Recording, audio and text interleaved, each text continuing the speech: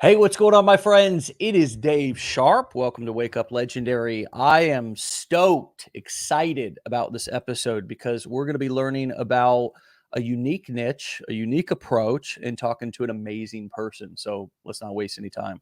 Jennifer, welcome to the show. Hi. Thanks for having me. This is awesome. Hey, you're very welcome. I'm so looking forward to talking to you about your journey, Oh gosh. and your story, and giving us a little bit of a backstory of how you got here, Okay. because it's so easy to look at your following or look at the number or look at how good you are on camera now Oh and think that you just were like that no. since day one. Mm-mm. You're also in the relationship niche, which is so unique and cool, and you're being successful with it. Thank So you. and maybe we'll even get some tips out of you. Who Oh, knows? let's do it. Let's start. Let's go. Let's go. I'm excited. Yeah, This is my yeah. favorite thing. I love live. Live is the best. Nice to So meet you, Dave, by the way. nice to meet you as well, and thanks for coming on. And My pleasure. as you know, this is what we teach here: the core 4 ways to sell information online at Legendary, and that's courses, coaching, events, and being an affiliate. And maybe you have I an do it all. affiliate program. Somebody could come and sign up as an affiliate and promote your products. So those are the core 4 ways. Are you using all 4 of those ways inside of your business right now? Let me think. Coaching. Yes, I'm a coach. What's the Okay. next one? Courses. Courses. I have courses. Yes. Events. Are you doing anything live? Absolutely. All the time. And you Yes. do affiliate marketing. And I do everything. I do it all. And I do sponsorships. I do it all. I do it all. I got it all for you, Dave. I'm here for Got a you. hat throw right 2 minutes into the show. That's it. I got it all. I got it all. Yeah, I do. And you know what? I do it all myself, which is even crazier. Wait, you don't have a big I don't have a huge team. staff of I do not have a even team. not a single person? I have one person that edits my podcast. All right, this just got a whole lot more I'm exciting. exhausted, Dave. You are? I'm exhausted. It's hard. This is hard work. People who are like, oh my God, it's so, no, it's fucking, can I swear? You can. Matt said it good. It's fucking hard. This is It hard. is. I'm exhausted. And I have 2 kids. It's exhausting. It's Is it fucking Is it exhausting. worth it? Yes, though? I love it. I love it. Yeah. I love it. Because here's the thing, also I do it organically. I don't know if you know that. So I've never paid for an ad. I don't know if that's a thing here, but I don't pay for ads. I don't Most pay. of us do organic. Okay, I good. mean, as we're doing now Yeah. and TikTok and all the Yeah. same stuff that you're doing. I do. And I started off with nothing, like no followers. I had like 350 followers on whatever. I didn't have I didn't know anybody. I didn't have a family friend in the business. I didn't know this one or that one. I was just like a mom. I was a mom. And can I tell? Should I keep going? I was Please, a mom. I wanna hear your Oh, story. That okay. was I what got was gonna divorced. ask. I got divorced. I got divorced. And Yeah. I was a stay-at-home mom for, gosh, my kids are 18 and 20. So I was for 14 years. I got divorced, and then I got divorced. And I had no job. I didn't know what to do. I had no idea. I was like, fuck, what am I going to do? So I started writing a blog. And I was like, okay, maybe someone will read What this. year? 2014. Okay. So 2014, when I didn't even know how to use anything, I looked at my 11-year-old and I said, Jonah, can you help me? Mommy wants to write a blog. He's like, use Blogger. Everyone uses, well, whatever. So I went on Blogger and I wrote this blog, and people started reading it. And I kind of found my niche, and I was talking about divorce, and it was kind of cathartic. And I talked about having sex for the first time and blah, blah, and it kind of took off. Yeah. And next thing I knew, I was kind of like, okay, this is kind of fun. And maybe I'll write a book, or maybe I'll do a podcast. I don't know. So I wrote a book called One Happy Divorce, Hold the Bullshit. And it did okay. And, it's fun. It was cathartic for me. And then I was like, oh, what about a podcast? I kind of thought, okay, what's a podcast? I kind of looked into it. And I went to this podcasting conference over at, I'm in Charlotte. So I went across the country, didn't even have a podcast, didn't even know what a podcast was, but I had a book. And I went to this podcast conference, and everyone's like, oh, you have to have a podcast, but you don't have a podcast, whatever. I started a podcast all by myself, but everyone's like, you have to invest in yourself. You have to put so much money in yourself to get something out of it. I bought all the fancy shit, and I bought the $2,000 package. And next thing I knew, I had I didn't know how to do it, but I just kind of kept going and plugging away and doing it, and had 300 listeners. I thought it was so cool. 300 listeners. I just kept going. I had -3 actually. I was like, 300. Awesome. I had 3 that would show up and then leave. Oh my So God, that's the so hard. -3. Yeah, it's hard. It was hard. So how long was it? So that was 2014. Yeah. How long did you feel like you were grinding along and not making any progress? I still feel that way. It's hard. I mean, I feel like, I saw some growth a little bit. And then I realized that I had to do some things. I had to make some changes, some big changes. I was worried about what everybody wanted. I was worried about finding the masses. I was worried about speaking to the world instead of to my niche. And at the time in 2014 and 15 and 16, divorce was my niche, divorced, women. And as soon as I got my avatar, and as soon as I sat down and realized, I don't care what everyone thinks. I care what that one person thinks. Instead of talking to the room of thousands, I need to find out specifically who my listener is. Yeah. And the minute I found out who my listener was, shit changed. It all changed. Can you say more about that? Yes. Who is the listener, and let me ask it like this. Who did you find out that you wanted and needed to talk to, and who were you trying to talk to before that? Okay. So before I realized, I was worried about I was worried about pleasing everybody. I wanted my podcast to be for everyone. Everyone should be able to, because I thought that's where the numbers were going to come in, right? So you think like you're going to, so my niche was called Doing Divorce Right. My podcast at that point was Doing Divorce Right. But I thought, I'll hit everybody. I'll get the guys, I'll get the girls, I'll get the young ones, I'll get the old ones, Big net, big net, right? Big You put net. out a big net, big money, right?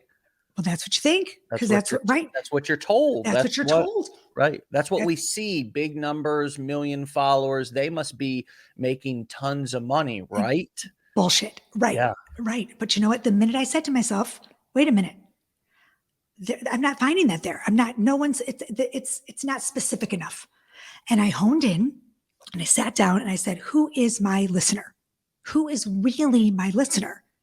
And instead of, worrying about pleasing everybody, I just got that one listener who was divorced. The woman divorced between 37, maybe even so specific, 40 to 52.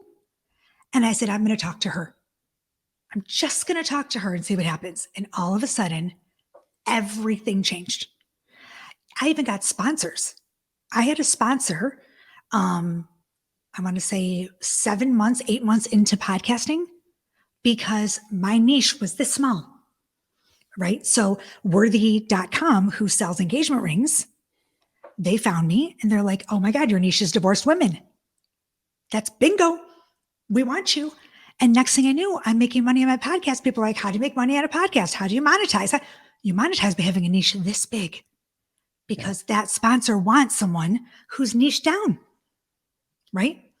So then, of course, I found worthy.com, and then I had, co-parenting apps that were sponsoring me. I had, all the divorce people, and then all of a sudden I started to grow.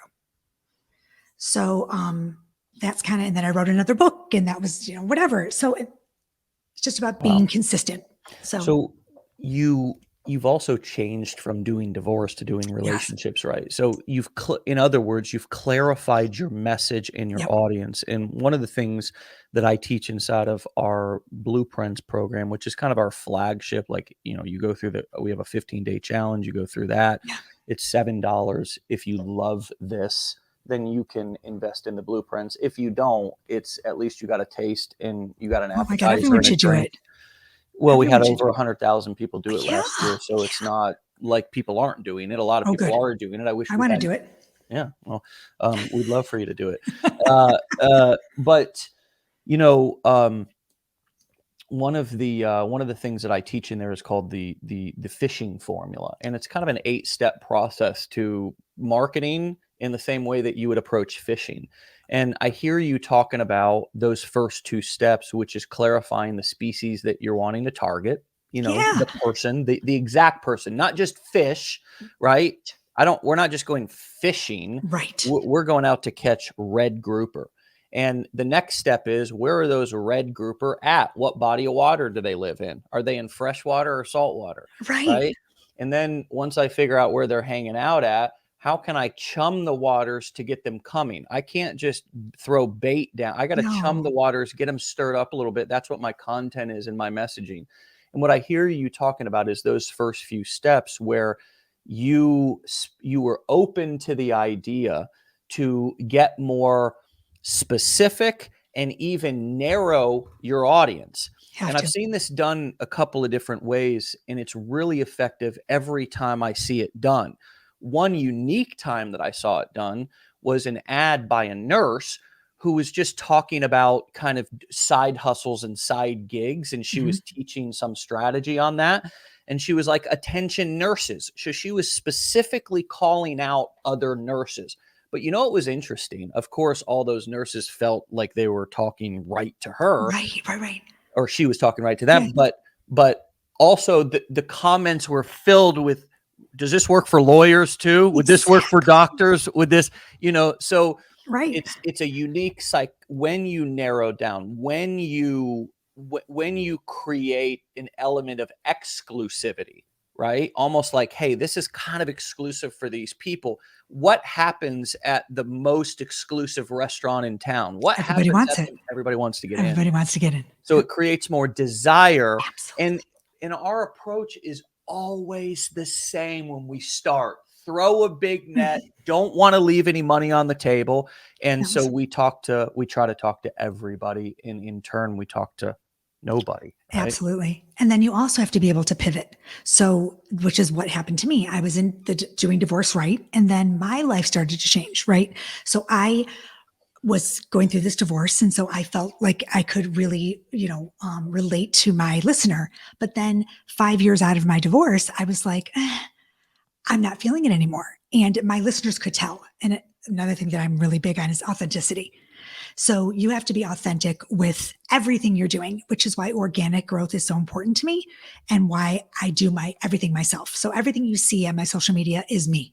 My reels are me. My posts are me. My graphics, I do it all myself because my listener knows when it's not me. They know. So the minute that and my followers too, the minute that I realized I wasn't coming off as authentic with myself, I had to pivot. I was going to quit. I was going to hang up my microphone. I was like, you know what? Fuck it. I'm done. I can't do this. I'm not feeling it anymore. And my podcast producer, editor person said at the time, Jen, do not quit. You have this huge whatever. You're making it. You're going into climb. He said, let's pivot. And I'm like, pivot, huh? I'm like, well, why don't I just talk? I'm like, I'm in this great relationship. I've been with this person now for 5 years. What about doing relationships right? And he's like, bingo. So we pivoted. So I think that being able to like pivot also and like, don't quit. That's my perseverance part of it. Like, just don't give up. Don't quit, It's so true. I have a history of addiction and then recovery. And one of the things that I heard when I first came into that program and in that process was, don't quit before the miracle happens. Oh, I love that. And, what did I want to do every single day? You're trying to come off of, opiates, heroin, things of that nature. It's very difficult to persevere through the withdrawal in the detox. Absolutely. And so it's not that people don't want to get clean. It's just that these drugs are a lot more powerful than we think they are when we first start using them, And so when it comes time to try to get off of it, a person really, it's almost impossible, and so there's drugs like methadone and Suboxone that are, people take just as a hopefully transition process to eventually getting totally abstinent. But many days when I wanted to give up, somebody, not some special guru on top of a mountain, just a kind soul, a friend, a stranger, just somebody in a meeting or whatever would say, don't quit before the miracle happens. Or I hear that said. And so I've, of course, borrowed, stole, whatever, but try to always give credit. A lot of those little one-liners from a program where every single person in the room is persevering through something really tough. Yeah. Just like a business. And so many of those little one-liners, so many of them apply. One of the other big things that as we pivot, or I pivot right now, this conversation to more I want to know more about what you've struggled with internally with mindset. When you got on and started creating content, did you look around and say, well, he or she's already said that and they said it better. What's the use of me saying it Yes. again? Imposter syndrome. And imposter syndrome. How did that, and how did that show up in your, did it make you create more inauthentic? Because, for example, when I got started, I looked at the guys who had the nice parts in their hair and a nice shaved face and a decent, a decent way to communicate. And I said, well, let me dress and sound exactly like them. And I just fit in. It wasn't until I began telling my own story that I created some separation from the crowd. What did your imposter syndrome look like when you first got started? I think it came out more as, I was always, that's funny because I have it written down like stay in your lane. Like I really had a hard time staying in my lane. I always wanted to know what everyone else, like my numbers. I was always like, okay, well, she looks like this is, her feed she has 42,000 followers and I have 3,500. Yeah. How is that possible? But then I remembered and I had to check myself because a lot of times people are buying their followers. It's not organic. It's about engagement, right? So I just thought to myself, Jen, you have to keep putting out good content. You have to keep putting out good content and you have to be consistent. And I had to check myself and I had to be authentic. And people either I'm not everyone's cup of tea, right? Cup of Joe, whatever. People either like me or they don't. Cup of Jen. Cup of Jen. I'm a cup of Jen. That's right. But people either like me or they don't. And I think there's someone for everyone, especially in the coaching. This is my wife. Hi, honey. Let me say hi. We're obsessed about relationships and our marriage. I love it. Have you been married for a long time? We've been together for 14 years, married for 5 or 6. Can I say 7? So my new book coming out. You guys are going to love my new book. You're going to love it. I'm a big fan of marriage. Like I'm a huge, my second book is called Woulda, Coulda, Shoulda, A Divorce Coach's Guide to Staying Married. So I'm like a huge, I'm really excited I wanted to see you because your voice is so captivating. Oh, you're so sweet. I want to listen to your podcast. Oh my God, you're so sweet. It's so fun, my podcast. I'm very lucky. Yeah.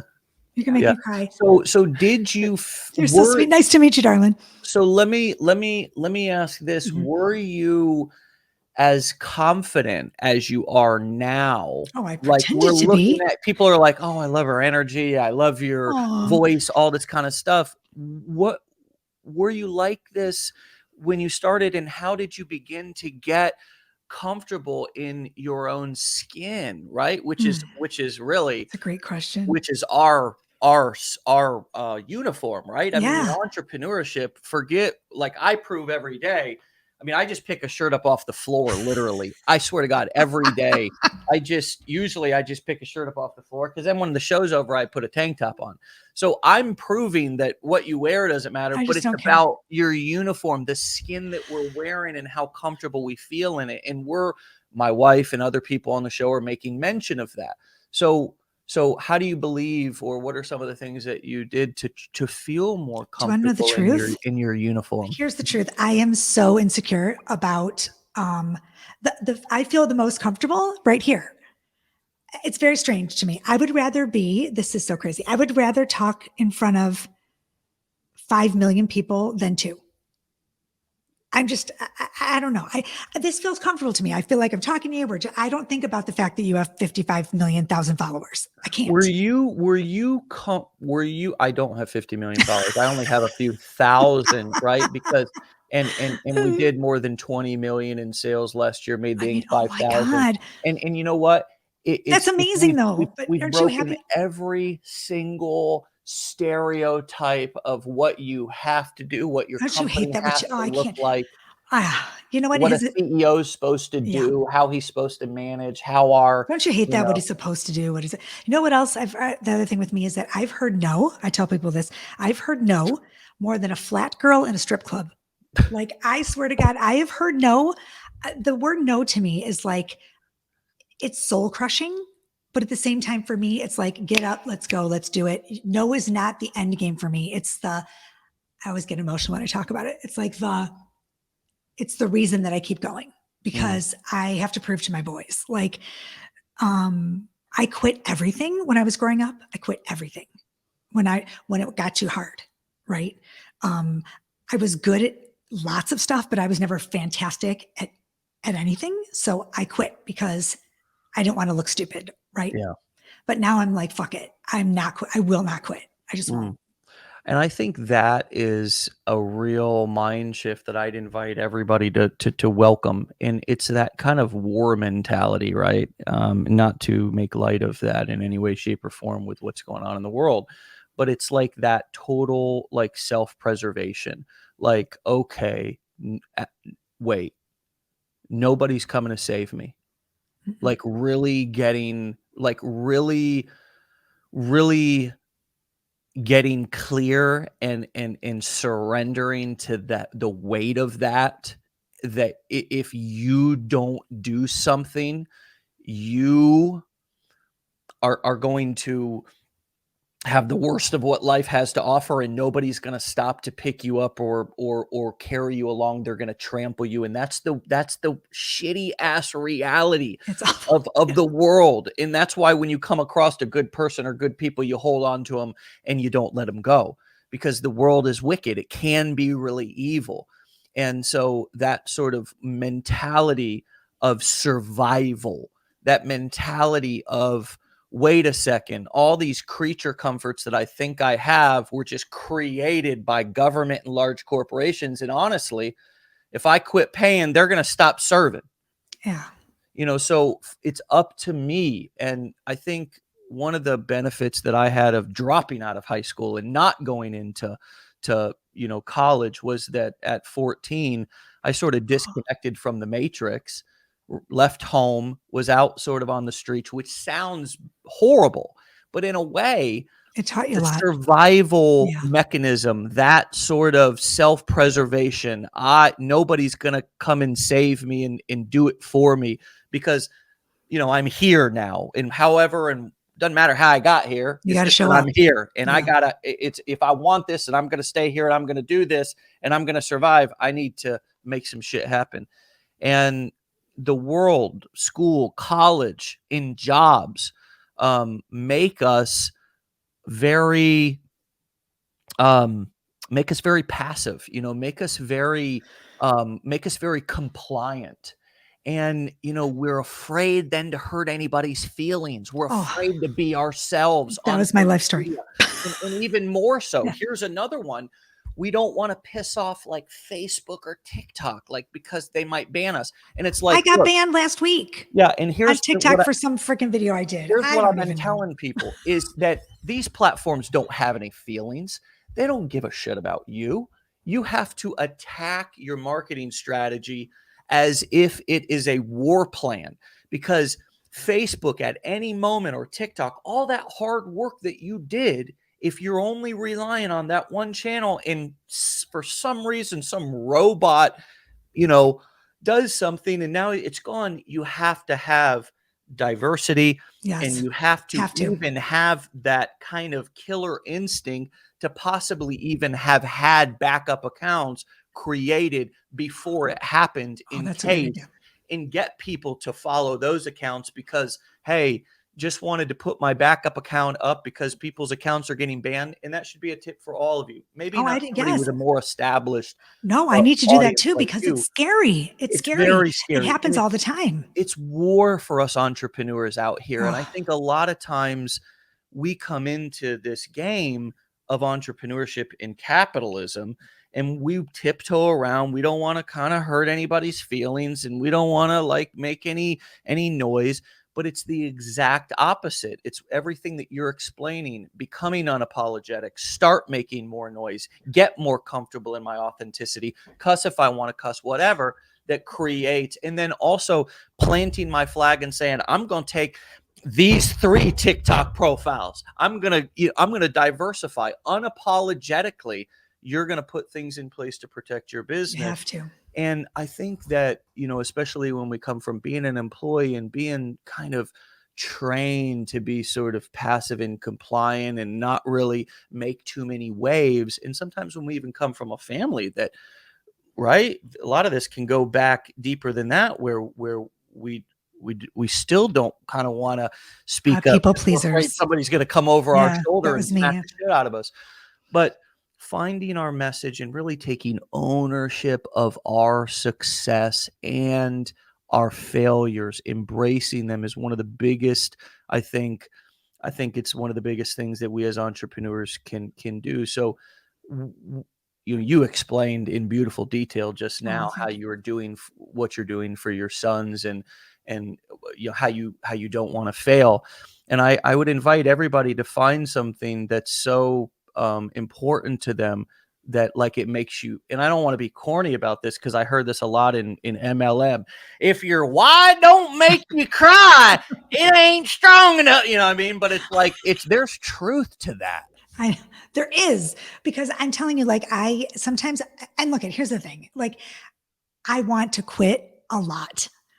Like, I feel like there are days and I'm like, I cannot do this for another minute. Like, I'm 50 years old next week. I'm exhausted, fucking exhausted. Okay. Like, geez, I can't do, like, my clients, I can't do, I mean, like, and then I think to myself, I cannot, like, for so many reasons. First of all, I really love what I do. I love it. I love helping people. It's like, it sounds so stupid, but I really do. I love it. And on top of it, like, my boys respect what I do. I think, I mean, they're embarrassed when the people are like, is your mom on TikTok? I'm like, yeah, it was me. Okay, whatever, fuck. But like, that definitely, it's embarrassing. But I mean, I think that they respect me for having, Of course. this, I mean, I think they respect what I do. And I think that I just want to keep doing it, Well, my friend has a little saying that I want all my I want a front row funeral. He says, I want all the people that are most important to me to want to sit in the front row at my yeah. funeral. Oh, I'm going to cry. That's, And it's like, when you put things in perspective like that, it's like, wow, the money is a little bit less important yeah. than, how I and the people that I love feel about me when it's all over. Mhm. And for me, the money is absolutely great. It's been fantastic. It's been way more than I would have ever dreamed of or thought possible. However, the self-esteem that I've built because of this has been extraordinary. Yeah. It's probably been, I mean, right in line or more so than the income. So we've talked a little bit about how your sons probably feel about you. And how they're most likely going to feel about you when it's all over, if you Yeah. keep doing what you're doing. But how do you feel about you? I mean, you've mentioned exhausted, and clearly you're Yeah. joking, but you're still Oh, serious yeah. and Yeah. you're Yeah. being honest. Yeah. And and how yeah, what what's It's hard for me to say I'm proud of myself, because I'm very humble, and I have a really even when I like introduce myself on shows or when I'm speaking, public speaking around the country, and they say, here's Jennifer Hurvitz, and Jennifer tell us, which I have a really hard time even introducing myself and saying what I bring, like what I do, yeah, right? And I'm always like, oh, I'm a relationship coach. I wrote a couple books. Let's go, let's move it. I have a really hard time yeah, with owning my shit and being proud of myself. yeah, I'm working at it in therapy, but it's one of those things where I'm just like, I'm here for y'all, and what can I do to help? Like, yeah, what can I do? But I need to. I'm super proud of myself. I don't know why I'm getting so emotional, but I am. I went through a lot of. My divorce was amicable. It was great. My husband, I call him my husband. My husband and I are best friends. He's still my like ice in case of emergency on my phone. Like, he was here yesterday. We hang out. But divorce is not easy. It yeah. sucks. It absolutely sucks. And I never thought I would be where I am today. Yeah. So I talked to So inspirational for yeah, somebody. I mean, obviously, people who are married and have stay no married. Work on plans it. of getting Yeah. divorced. But Yeah, don't. I mean, for people, like, man, sometimes you wake up, living life, feeling on top of the world. Wake up, the world's on top of you. Mm, Divorce would be a great example of that. And you know, your message this morning, and I'm sure it's about relationships normally, but it's about, what I'm hearing is that you know, you can do big things after like tragic shit You or can. traumatic shit Yes. or really hard stuff. And I mean, instead of saying to everybody on the show who's listening, you know, who's been through something really hard, right? Let me ask this. Has anybody not been through I mean, anything hard? You know what I mean? Has somebody not, even recently, I mean, not been through something really hard? And are you feeling like it's almost impossible to come back from this? Like maybe there's debt. I think there's certain things that can feel just as heavy as losing an important relationship. absolutely. Debt, death, you know, illness. Illness. Oh my gosh, Okay. there's so many You things. know, So many there's things. so many things that and it'd be so naive for me as to be sitting here thinking that, you know, that we're all just hunky dory. No. Everybody has either recently or is going through some really tough ass shit right now. And the message that I'm getting from you this morning is that you can do hard You can shit do hard after things. you go Yes. through tough shit, You can. and not only can you make money and start a new career at you said 2014, so I that's was gonna be so you started around 40, 40-ish. 40-ish, 42. So, yeah, so I mean, this is normally when, you know, a lot of people that I knew or have known are like, "Well, the jobs are drying up. They don't want us I older mean, folks." I wrote 3 books, y'all, 3 books in Yeah, I mean, 5 years. I mean, you can do it. after 40, right? I mean, it's like Shh, don't tell everyone. it's crazy to me to think about how much wealth and success so many people create at a later stage in their life. If you look at a lot of the really rich people in this world, a lot of their wealth was built later in their life. And it goes back to that don't give up before the Don't give up. miracle happens. Don't You know give what I up. mean? Don't Don't give give up up. before the miracle happens. I'm still What waiting for the big miracle. I'm still waiting. well, I wrote a screenplay. I wrote a TV show, a TV pilot, and it's been shopping now. I'm not kidding. Shopping in out in LA for 6 years. wow. And it's still like, I'm like, that's my miracle. I'm like, someone pick it up. It's so good. And it's won like film festivals. It won the Atlanta Film Festival. It won Georgia Shore. I mean, it's like, it's really good. Wow. Like, come on, people. That's my miracle. So when Yeah. that happens, when my show gets picked up, I'll be okay. You can put me Yeah. in the ground. Yeah.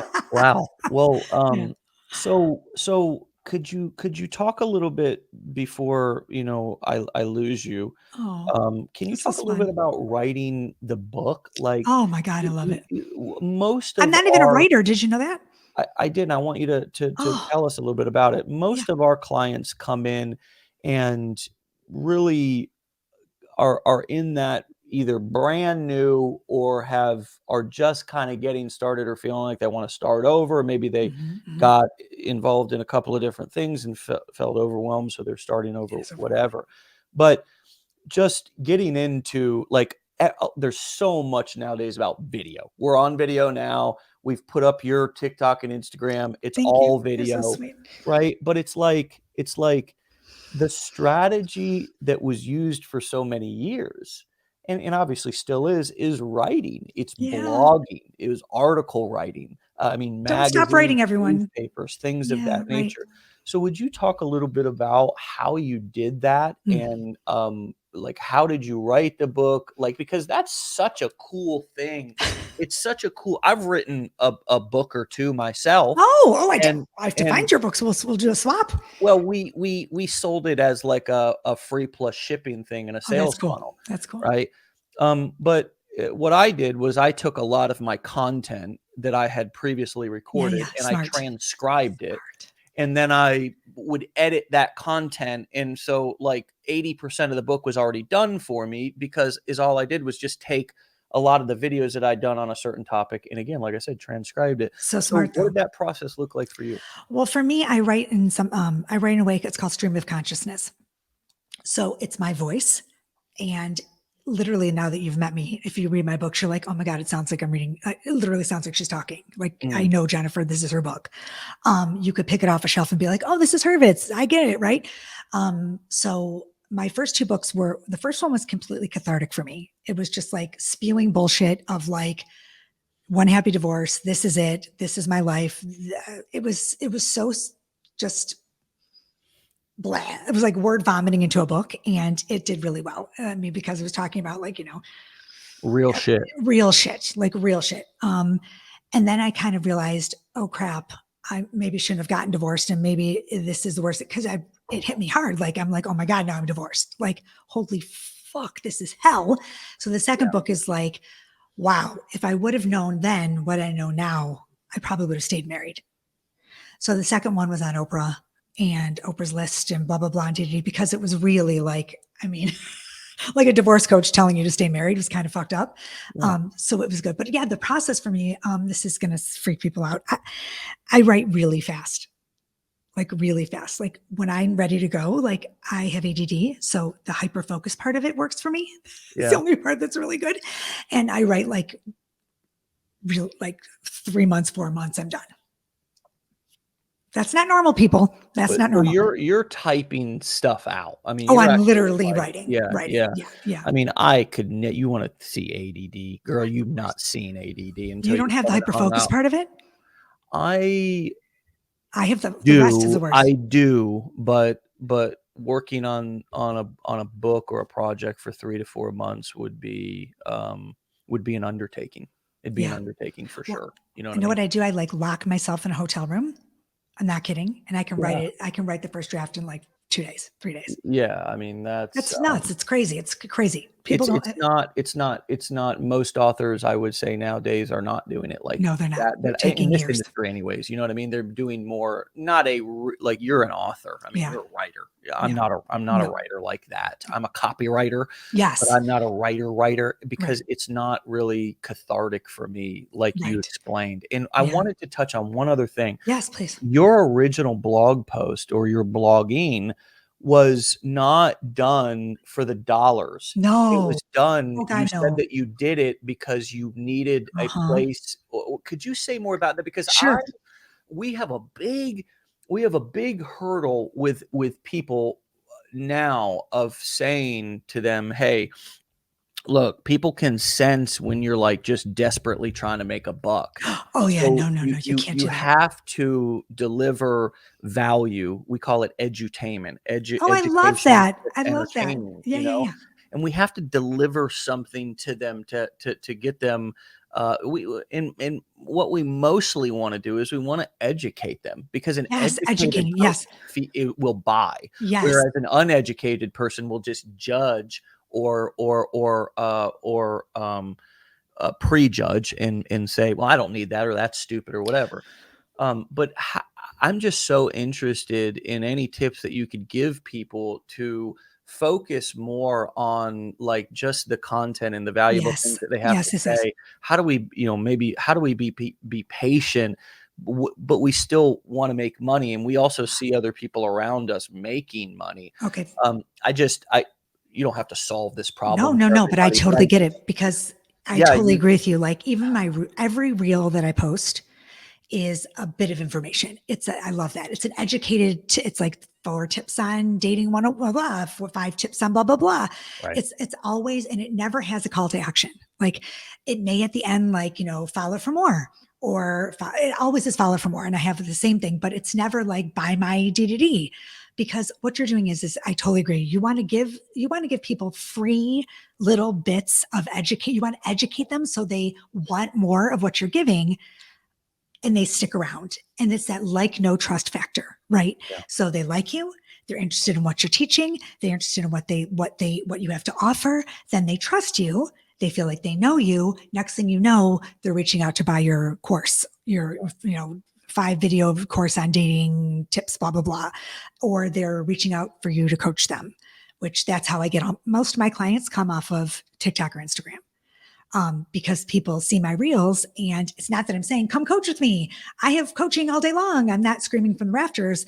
I have, 6 coaching sessions for 5. No, it's because I'm giving them free bits of information that they love, or they like how I'm doing it. Does that make sense? They like me. Yeah. It's not that I'm, throwing shit down their throat. Same with the blog. Like, back to your first point, Well, maybe it's about picking a niche too, because I Yes. mean, like Yes. so many people, I think it's more about like if we think about it in terms of the fishing formula, your species in the water that they Yes. play in, but it's really getting clear on who you want to talk to, Absolutely. because so many of us come in and we just we have no clue. We look around, we just do what somebody else does. Oh, don't do that. But we have usually some expertise or some passion. And so often, I just think that people just don't explore that enough, Right. and it's like, well, okay, well, how do I begin to extrapolate or come up with ideas in kind of, well, that there goes some planning, some content You planning have to of, plan your content. writing down what are some different kind of videos, some research, Some going in, batching. Do you some guys? batching. Yeah, I mean, batching is, we've got TikTok pros in this community and Instagram pros. I Yeah. mean, people are scheduling and Yeah, creating I drafts batch. in batching. Yeah. How do you do it though? Oh, I do it. You know what? This is so funny. I take one day when I'm low on my content, and I will sit down and I'll do, like, the night before, I'll do a list of like 15 reels that I'm going to do. Mm. 5 tips on, 4 ways to do, 6 whatever it is. Yeah. And I literally like bullet them out. And then I get in front of my whatever I'm using, my backdrop and whatever, my lighting, and I'll change t-shirts sometimes I won't. And I'll just bust out the 15 videos. It takes me about an hour and a half. Yeah. And they're 1-minute videos, the reels. And then I repurpose them everywhere. So they go up on TikTok, Instagram, Reels, Pinterest, Yeah. whatever. And they sit in the drafts until they want to go up. But I use the same videos. They go everywhere. Yeah. So consistency, and I just keep, and then I have like Yeah. about 15 for the week. And that's it. Just keep Yeah. going. Yeah. Gloriana says, she say 15. I can only do 3 to 4. That's goals. But it's like, what's It just interesting becomes about that easy. comment is, Yeah. don't compare your day Don't one compare. to Don't her compare. year 10. You know what I Yes, mean? yes. And also 3 to 4 is great, because it just don't worry about what I do, and just look at, if you can do 3 to 4, that's awesome. That's awesome. Yeah. That's awesome. Yeah. I mean, anything that you can do consistently. I think the big Yes. question is, what can I do consistently? What can I keep up with? And what's realistic for me? And I think so Yeah. many times entrepreneurs, we're big thinkers, we're dreamers, but we fly by the seat of our pants. So we naturally bite off more than we can chew. Yes. Naturally, right? Yes. So Yes. it's like whatever, and we do that with goals too. I've been Absolutely. talking to entrepreneurs for 10, 12 years. It's like they want to make they want to go from 0 to $1 million a year, 0 to 60, Yeah. just in the first month or two. It's like, come on, man, this is something that is going to take a little bit of time and a little bit of work. Yeah. And so, entrepreneurs, I think we overestimate Yes. what we can do in a short period of time, Right. and underestimate what we can do in a long period of time. And one more thing, I have one more bit of advice. It's okay to look at other people's other what are they called? People's experts in your, Reels. yes, thank you. Other experts in your field, especially like if you're in dating and divorce and relationships, go look at my reels and take a look at how I'm doing it, and 100% save the reels you like, and use there's nothing wrong with using my content in your own way. Right? Like, people do that all the time. Where do you get your ideas? You get them from it's another thing to imitate it exactly and copy it exactly. We hate that. But like, if you see something you like, oh my God, that's what this is all about. Right? Yeah. So. Yeah, I mean, nowadays on Instagram and TikTok, if you can do something different, if you can do something unique, and somebody might be thinking, well, gosh, I mean, what can I do unique? Well, I'm going to tell you, you can be yourself. Yes. Because there's not another person that sounds like you, looks like you, has the same body movements as you, the body language as you, their mouth moves the same as you. And in human beings, I often talk about something called the liking gap. And the liking gap is a phenomenon. It's a phenomenon. You can look it up. That where we think that people like us less than they actually do. there's a gap between how much they like us and how much we think they like I us. like We that. always think that they like us. It's a real thing. I Yeah. didn't pull it out of my ass. Oh, I thought you made it up yourself. I was going Yeah, to give you some credit for that. I mean, I would have. There are things I do pull out of there, but that's not one of them.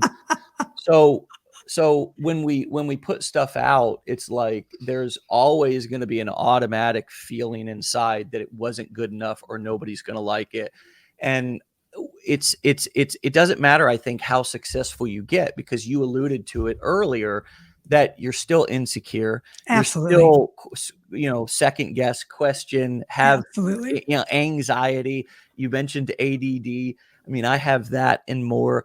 And it's like yeah, a lot of the same things apply. Yeah. Even as we grow, it's about really realizing that my biggest enemy out there is not my competitors, or it's not the platforms. It's right here. It's me. It's right here. That's exactly right. And what's a great example of that is the divorce coach whose main message is stay married. You know what I mean? Which I love that. And it's so refreshing, because you want to know why your message is probably resonating, because it's true. It's honest. And I think that's the other main way that you can separate yourself from people out there on the internet. When we say be authentic, what we really mean is don't lie. Don't Okay? lie. Don't lie. Don't lie about yourself. No. Don't lie about what you do. Don't lie about the results that somebody's Say what gonna you get. think. Say what you feel. Yeah. And you know what? Fuck it. Like, seriously, like, that's my biggest. Look, that one person that says something shitty to you, like, we hold that out, right? We hold that one comment in forever. Fuck, who gives a shit? Like, it's like, you got to let it go, right? But to be honest and authentic and real, people are going to gravitate towards you. They're going to gravitate. And you know what? You're not going to please everyone. You can't please everyone. You can't. Yeah. So say how you feel. And you know what? And that's it. You did a lot of that this morning. Well, thank you seriously for your time. It was so fun. I loved this. I love it. Thank you for having me. You're It's nice meeting you. Thank you for your time, and maybe you'll come back and do a version 2 with us. I would love to. Anytime. All right, cool. All right, Jen, we'll talk to you later. Thank you, darling. Be good. We'll send as many people your way as we can to check out your stuff and learn from your experience. And we'll talk to you soon. All right. Bye, honey. Thank you. Bye. All right, my friends, doing relationships right. You can go follow Jennifer. You can learn from her. She even gave you permission to model the things that she's doing out there. How generous, seriously. And you want to know why she did that? Because she knows that nobody can do her like she does her, but you can do you like you do you, borrowing some of her ideas or some of her content. And we all do that. Nobody comes up with really any original ideas. We're not around inventing light bulbs anymore, folks. There's 7 billion people on this earth. It's about finding inspiration. It's about modeling, and it's about taking a risk. It's about just taking a risk. And the very first time that she hit, post on that blog post, was that the biggest risk that you take. The biggest risk that you take is always the first step. Right? It's like once you do that, once you show up and kind of put yourself out there, you're out there. You're out. It's like you're out in the middle of the Coliseum. You're looking around and you're anxious as shit for the first few seconds, and then you're like, okay, let's go. This is my new home, right? And so, take the risk. Take the risk. Take the leap of faith today. You can do it. And thank you, Jennifer, for the incredible story and the incredible inspiration. She's at Doing Relationships Right over on TikTok and Instagram. And my friends, if you have a story, if you want to be considered to be featured on the show, you're doing something unique in a unique niche, you've gotten some unique result from our community and our training, even at your existing job, because these are transferable skills that you can use no matter what you're doing. Even if you're in a current position right now, to do it better, you have an existing business, you can apply these skills. If you have a unique story, or you just want to come on and share some tips and strategies, you can apply to be featured on the show and be a guest right at the link on the screen, legendarymarketer.com/featured. Look, really, really, really, really grateful for all of your patience and attendance in the show. Somebody asked us how long we've been doing this show for yesterday, and we've got over 550 episode stories.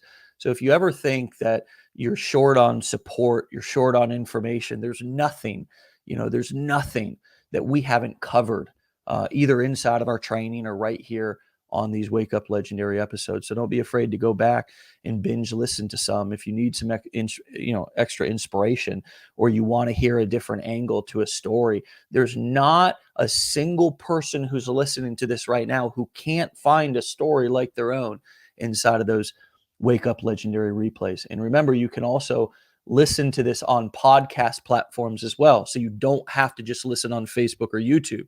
You can look up Wake Up Legendary on the podcast, and listening to these stories is going to be one of the most important, empowering parts of your journey, because you are only going to retain 10% of data or less, but a story will stay with you forever. And when you're in a tough spot, you're be able to think about Jennifer, be able to think about somebody else that you heard, and it's so useful. So keep listening, keep working, be legendary, and we'll see you back here tomorrow.